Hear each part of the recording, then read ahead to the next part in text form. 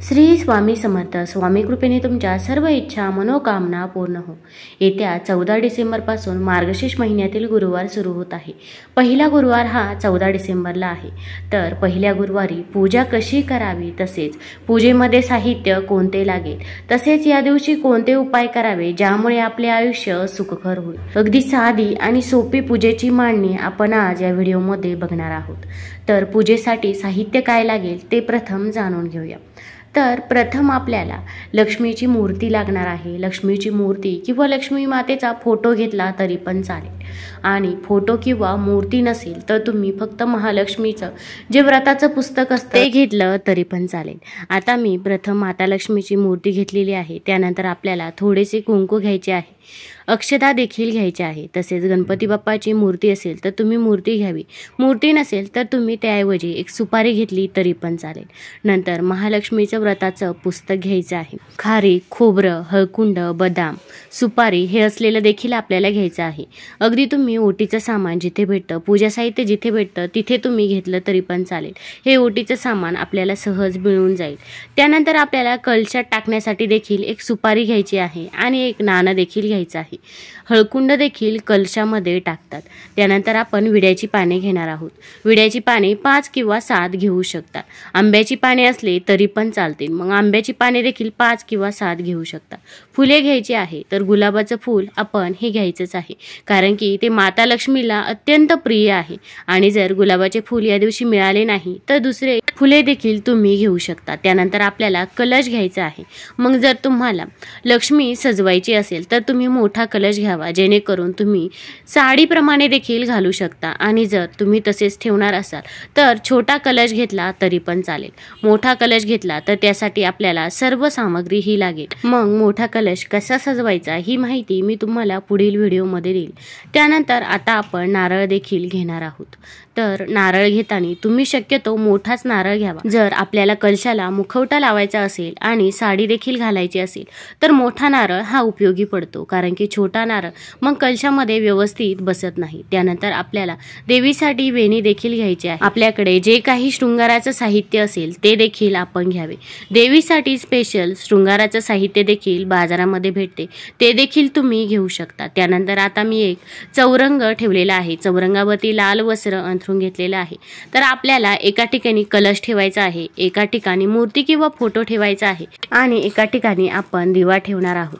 तर आपण जिथे स्वस्तिक काढलंय तिथे अष्टदल कमल देखील काढू शकता. अष्टदल कमल हे माता लक्ष्मीला अत्यंत प्रिय आहे.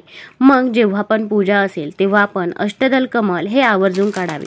आणि शक्य नाही झाले तर तुम्ही स्वस्तिक काढू शकता किंवा तांदळाची नुसती रास ठेवली तरी पण चालेल. आता मी दिवा प्रज्वलित करून घेतलेला आहे. तर दिव्याला देखील आपण हळदी कुंकू अर्पण करायचं आहे. त्यानंतर फूल देखील ठेवायचं आहे. आपला जो तांब्याचा कलश आहे त्यावरती आपण स्वस्तिक हे काढायचं आहे. तसेच तांब्या भरताना आपण 80% तांब्या हा भरायचा आहे. तसेच या तांब्यामध्ये जर तुमच्याकडे गंगाजल असेल तर गंगाजल 2 थेंब आवर्जून टाकावे. त्यानंतर आपण हळदी कुंकू यामध्ये टाकायचं आहे.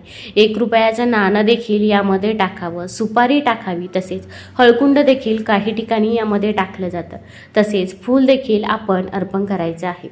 भरपूर ठिकाणी हे महालक्ष्मी व्रत हे केलं जातं की ज्यामुळे आपल्या घरामध्ये सुख, शांती आणि समृद्धी देखील नांदते. श्री महालक्ष्मीची कृपा आपल्यावर व्हावी, तिने आपल्या घरात सतत वास करावा, पैसा, शांती, समाधान घरात नांदावे म्हणून श्री महालक्ष्मीचे व्रत करतात. हे व्रत केल्याने आपल्या मनातील सर्व इच्छा देखील पूर्ण होतात. श्री महालक्ष्मीची अनेक नावे, अनेक रूपे आहेत. पार्वती, सिंधुकन्या, महालक्ष्मी, लक्ष्मी, राजलक्ष्मी, गृहलक्ष्मी, सावित्री, राधिका, रासेश्वरी, चंद्रा, गिरिजा, पद्मा, मालती, सुशीला अशा विविध नावांनी श्री महालक्ष्मी ओळखली जाते. मग काही स्त्रिया या संकल्प करून देखील 5 वर्षाचं व्रत देखील पकडत असतात. तर काही स्त्रिया प्रत्येक मार्गशीर्ष महिन्यामध्ये प्रत्येक गुरुवारी हे व्रत करत असतात. तर आपण देखील मार्गशीर्ष महिन्यामध्ये पहिल्या गुरुवारपासून या व्रताला सुरुवात करावी. तसेच 5 गुरुवार हे महालक्ष्मीचे व्रत करावे. शेवटच्या गुरुवारी अमावस्या देखील आलेली आहे. तर या अमावस्येच्या दिवशी देखील आपल्याला हे व्रत करायचे आहे. त्यानंतर त्यानंतर आता मी पाने ठेवून घेतलेली आहे. तुमच्याकडे जर आंब्याची पाने असतील तर आंब्याची पाने ठेवली तरी पण चालेल. काही ठिकाणी 5 झाडांची 5 पाने देखील ठेवली जातात. तर आपण 5 पाने ठेवून घ्यायची आहे. त्यानंतर कलश ठेवायचा आहे. कलशाला देखील आपण मुखवटा देखील लावू शकता. जर तुमच्याकडे मुखवटा असेल तर देवीचा मुखवटा देखील लावू शकता. जेव्हा मार्गशीर्ष गुरुवार जवळ येतात तेव्हा बाजारामध्ये असे मुखवटे देखील तुम्हाला भेटतात. तसेच जे कलशाला सजवण्यासाठी साडी असते किंवा वस्त्र असते ते देखील बाजारामध्ये आजकाल सहज मिळून जाते. ते देखील तुम्ही घेऊ शकता. त्यानंतर आपण कलशाला सजवायचे आहे. मंगळसूत्र घालायचे आहे. तसेच कलशाला वेणी देखील आपण अर्पण करायची आहे. प्रत्येक गुरुवारी सकाळीच लवकर उठावे. ब्रह्ममुहूर्तावरती उठले तरी पण चालेल.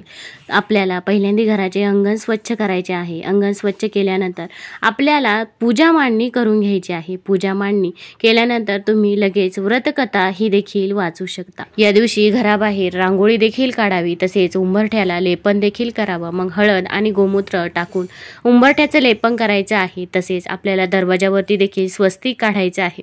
त्यानंतर आता मी विड्याचं पान घेतलेलं आहे. त्यावरती तांदूळ ठेवून घेतलेले आहे. तर तांदूळ ठेवल्यानंतर आपण हळदी कुंकू अर्पण करायचं आहे. तुमच्याकडे गणपती बाप्पाची मूर्ती असेल तर गणपती बाप्पाची मूर्ती देखील ठेवू शकता किंवा सुपारी ठेवली तरी पण चालेल. आता आपल्याला गणपती बाप्पाला अभिषेक घालून घ्यायचा आहे. तर अभिषेक घालताना आपण ओम गण गणपतये नमः या मंत्राचा जप करायचा आहे. तसेच तुम्ही गणपती अथर्वशीष जर तुमचे पठण असेल तर गणपती अथर्वशीष देखील पठण करू शकता किंवा गणपती अथर्वशीष मोबाईलवरती देखील लावून देऊ शकता. यामुळे मुलांच्या अभ्यासामध्ये देखील प्रगती होते. भरपूर स्त्रिया या आपल्या मुलांसाठी देखील हे व्रत करत असतात. कारण की मुलांची पाहिजे तशी प्रगती होत नाही. मग अभ्यासात असो किंवा नोकरीत असो त्या इच्छापूर्तीसाठी देखील हे व्रत करत असतात. त्यानंतर आपल्याला गणपती बाप्पाची मूर्ती स्वच्छ पुसून घ्यायची आहे. गणपती बाप्पाची मूर्ती ठेवल्यानंतर आपण तिला हळदी कुंकू अर्पण करायचं आहे. तसेच जर तुमच्याकडे दुर्वा असेल तर दुर्वा देखील आवर्जून अर्पण करावा. 21 दुर्वाची जुडी देखील अर्पण केली जाते. तसेच जास्वंदाचे फूल असेल तर जास्वंदाचे फूल देखील अर्पण करावे किंवा दुसरे फूल अर्पण केले तरी पण चालेल. त्यानंतर आता आपल्याला माता लक्ष्मीची पूजा करायची आहे. तर तुमच्याकडे माता लक्ष्मीचा फोटो असेल तर फोटो ठेवू शकता किंवा फोटो नसेल तर मूर्ती ठेवली तरी पण चालेल. आणि जर मूर्ती जर तुमच्याकडे पितळाची असेल तर तिला तुम्ही अभिषेक घालू शकता. आणि अशा प्रकारची मूर्ती असेल तर तुम्ही फुलाने पाणी शिंपडायचे आहे. मार्गशीर्ष गुरुवार आपण 5 गुरुवार धरणार आहोत. तर तुम्ही संकल्प करून देखील हे मार्गशीर्षचे गुरुवार करू शकता किंवा संकल्प न करता देखील हे गुरुवार करू शकता. मग संकल्प जर करायचा असेल तर हातामध्ये थोडेसे तांदूळ घ्यावे, हळदी कुंकू घ्यावे, तसेच एक फूल देखील घ्यावे, खाली एक ताम्हण ठेवावा. त्यानंतर आपल्याला पाणी हे आपल्या हातावरती ठेवायचं आहे आणि आपले गोत्र आपले नाव हे म्हणायचे आहे आणि माता लक्ष्मीला सांगायचे आहे की मी तुझे उपवास करत आहे किंवा मी तुझे व्रत करत आहे. 5 गुरुवार मी व्रत करणार आहे. तुमची इच्छापूर्ती असेल ती देखील तुम्ही सांगू शकता. मग आपल्या जे हातात पाणी आहे ते आपण ताम्हणामध्ये सोडायचे आहे. मग ते पाणी तुम्ही एखाद्या झाडाला देखील टाकू शकता. आपण माता लक्ष्मीला फूल हे अर्पण करायचं आहे. लाल गुलाबाचे फूल या दिवशी जरूर अर्पण करावे की जे माता लक्ष्मीला अत्यंत प्रिय आहे. त्यानंतर आपण जे माता लक्ष्मीचं पुस्तक घेतलेलं आहे ते व्रताच्या पुस्तकाची आपल्याला पूजा करायची आहे. तर व्रताचं पुस्तक आपल्याला ठेवून घ्यायचं आहे. तिथे आपल्याला हळदी कुंकू देखील अर्पण करायचं आहे. तसेच माता लक्ष्मीच्या व्रताच्या पुस्तकाला देखील आपण फूल हे अर्पण करायचं आहे. त्यानंतर माता लक्ष्मीचं ओटीचं सामान आहे ते देखील आपण ठेवायचं आहे. मार्गशीर्ष महिन्यातील प्रत्येक गुरुवारी आपण उपवास पकडायचा आहे. काही महिला या फक्त फळे खाऊन देखील हे व्रत करतात तर काही महिला या निर्जल व्रत देखील करतात. मग तुमच्याकडून जसे शक्य होईल तसं तुम्ही व्रत हे करावे. तसेच संध्याकाळी माता लक्ष्मीला नैवेद्य देखील अर्पण करायचा आहे. मग तुम्ही खिरीचा नैवेद्य देखील अर्पण करू शकता. तांदळाच्या खिरीचा नैवेद्य हा माता लक्ष्मीला अत्यंत प्रिय आहे. मग प्रत्येक गुरुवारी संध्याकाळी तुम्ही खीर ही आवर्जून बनवावी. तसेच सर्वांनी ही खीर नंतर प्रसाद म्हणून ग्रहण देखील करावे. आपल्याला गूळ आणि खोबऱ्याचा नैवेद्य देखील ठेवायचा आहे. मग संध्याकाळी आपण माता लक्ष्मीला खिरीचा नैवेद्य हा अर्पण करू शकता. तर सकाळी गूळ खोबऱ्याचा नैवेद्य माता लक्ष्मीला अर्पण केला तरी पण चालेल. अगदी साध्या आणि सोप्या पद्धतीने आपल्याला ही पूजा करायची आहे. फक्त मनोभावे ही पूजा करा. बघा तुम्हाला याचे फळ हे नक्कीच मिळेल. तुम्हाला जर हा व्हिडिओ आवडला असेल तर चॅनलला लाईक करा आणि सबस्क्राईब देखील करा. कमेंटमध्ये श्री स्वामी समर्थ किंवा श्री महालक्ष्मी नमः लिहायला विसरू नका. धन्यवाद.